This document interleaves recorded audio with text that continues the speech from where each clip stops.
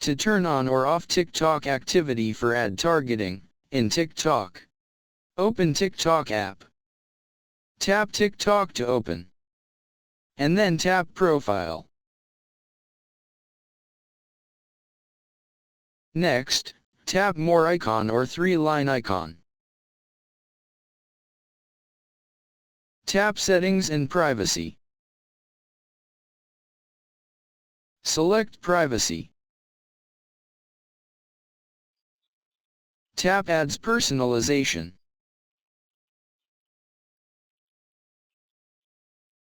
And then on using TikTok activity for ad targeting, tap Switch until blue to turn on.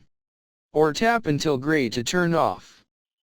With this setting, the ads you see on TikTok can be more tailored to your interests based on data that advertising partners share with us about your activity on their apps and websites.